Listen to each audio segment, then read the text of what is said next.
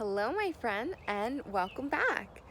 Today, I would like to talk about, um, let's call them like standards in the spiritual community, and about fitting in, and about not exactly being of.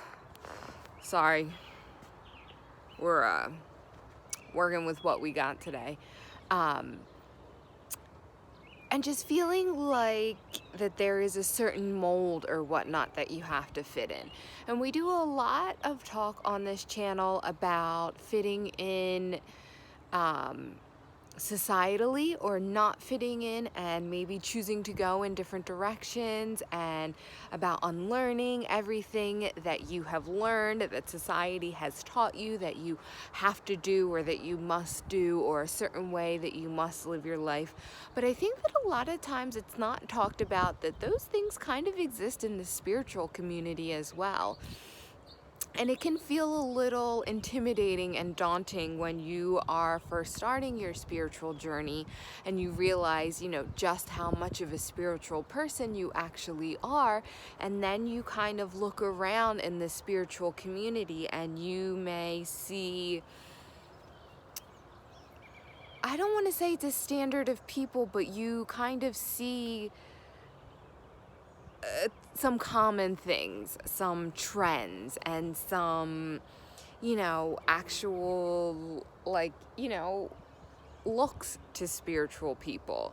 And I know I can only speak from experience from myself, is that, it's been a few years now that I knew that, I was meant to do something spiritually. I just didn't know exactly what. And I thought that, possibly it maybe wasn't for me. Maybe I wasn't supposed to be that way. And because, I don't exactly fit the standard spiritual person. If there were a spiritual person starter pack, like, I don't embody any of that. And it was very discouraging to me, because I thought in order for me to be a spiritual person that I would need to start to embody some of that stuff, and start to look that way, start to smell that way, start to do all of those things that I thought that spiritual people, quote unquote, had to do, or what they had to look like, or the lifestyle that they had to lead. And what really, really helped me is I saw an angel intuitive, and she very much did not look the way you would, I guess, expect a psychic to look, or someone who has a spiritually based business to look. And I felt comfortable enough to speak to her about this, and to, express what I was feeling. And she said that she felt exactly the same way. That she actually went to a seminar, and she went to the seminar and she took a look around, and she did not look like any of the other people there. She did not dress the way they did. She did not, have the same clothing, the same shoes, the same hair, the same everything. And she also got really upset and ended up running out of that seminar and crying. And, the angel spoke to her. She said, I don't want to look that way. I don't want to dress that way. And the angel said something so beautiful to her. They said, why would we ever ask you to change? And that was an aha moment for her. And that was an aha moment for me, her sharing that story. And she realized that she could be a spiritual person, she could be a spiritual teacher, a spiritual leader, a spiritual healer, and not change the way that she looks or the life that she led. And when the angel said that, it was very much her thinking about the intention of physically. She likes to dye her hair. She likes to get her nails done. She likes the heels. She likes, to be trendy. And that was what they were saying. They weren't exactly saying that, you wouldn't need to change some things in your life, because spirituality just, I don't want to say forces that on you, but you just lead a whole new life when you become a spiritual person. What they were talking about is they were talking about the fashion, the hair, the nails, the shoes, and I just feel like that was such a beautiful message. Why would we ever ask you to change who you are? Spirituality is all about being your authentic self.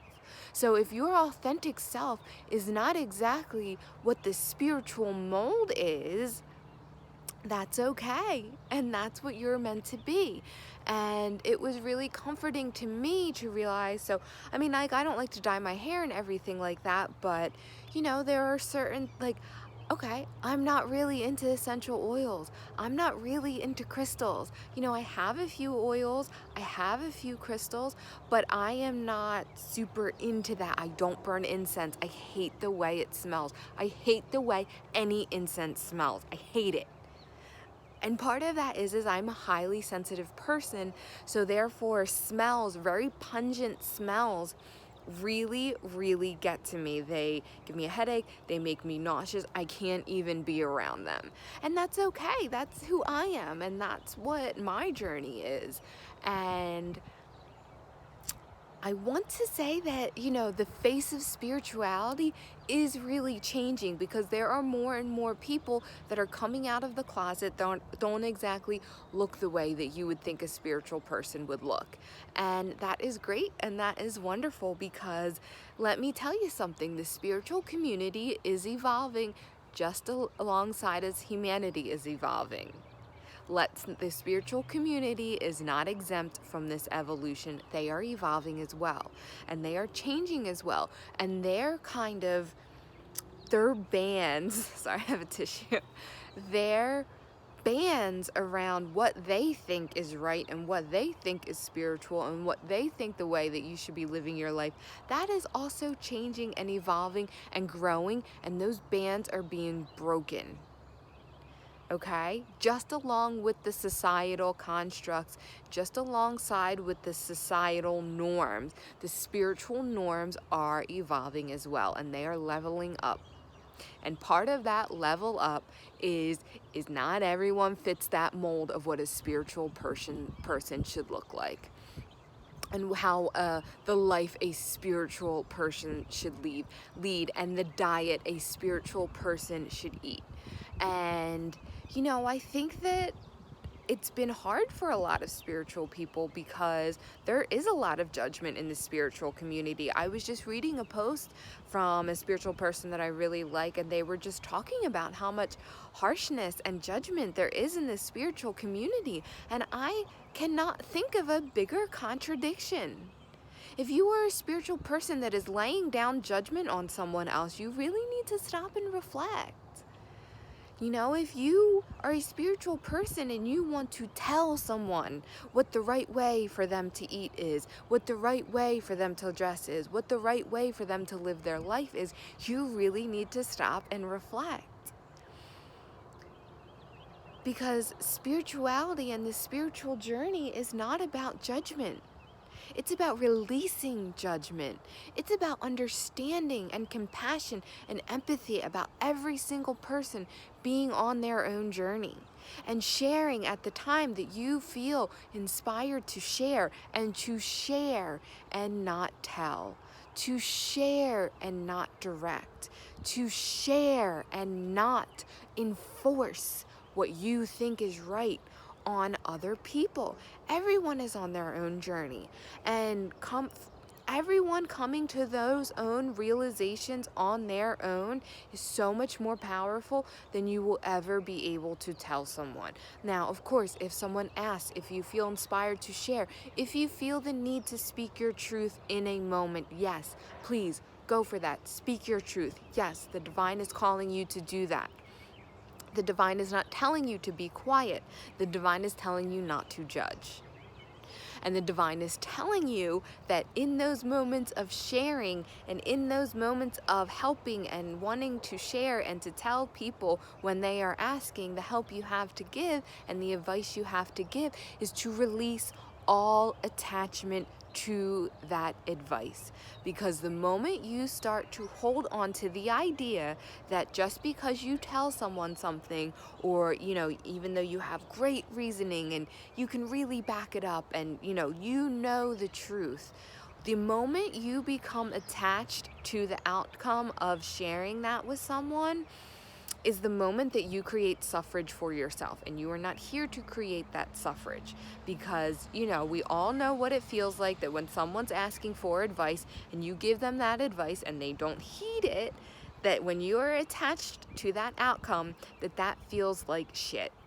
And you're like, why did they even ask?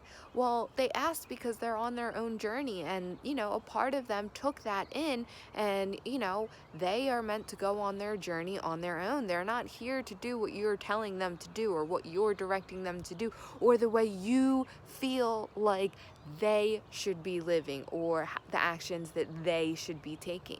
Like, that is not what we're here to do. Ultimately, we only have control over ourselves. So we are only here to do the work on ourselves. We are not here to do the work on other people. That is their job. It's not their job, it's their journey. Let them have their journey, because you are having your journey.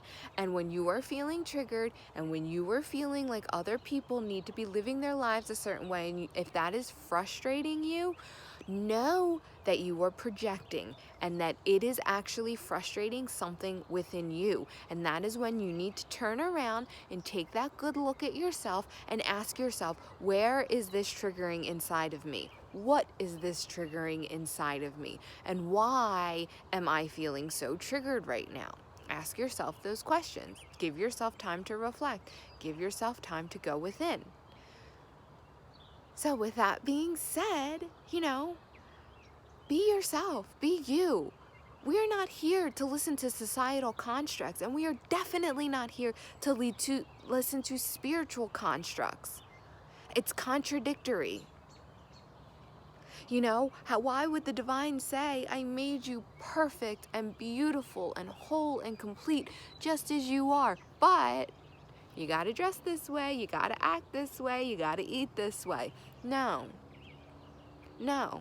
that is not what the divine is saying.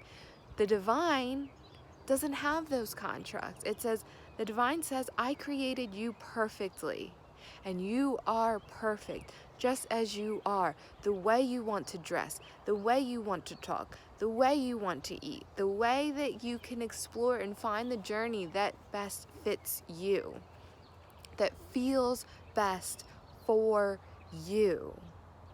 And don't let anyone, not your mom, not your dad, not your friends, not your partner, not your spiritual gurus, not your spiritual leaders and healers, none of them have the answers that you have within.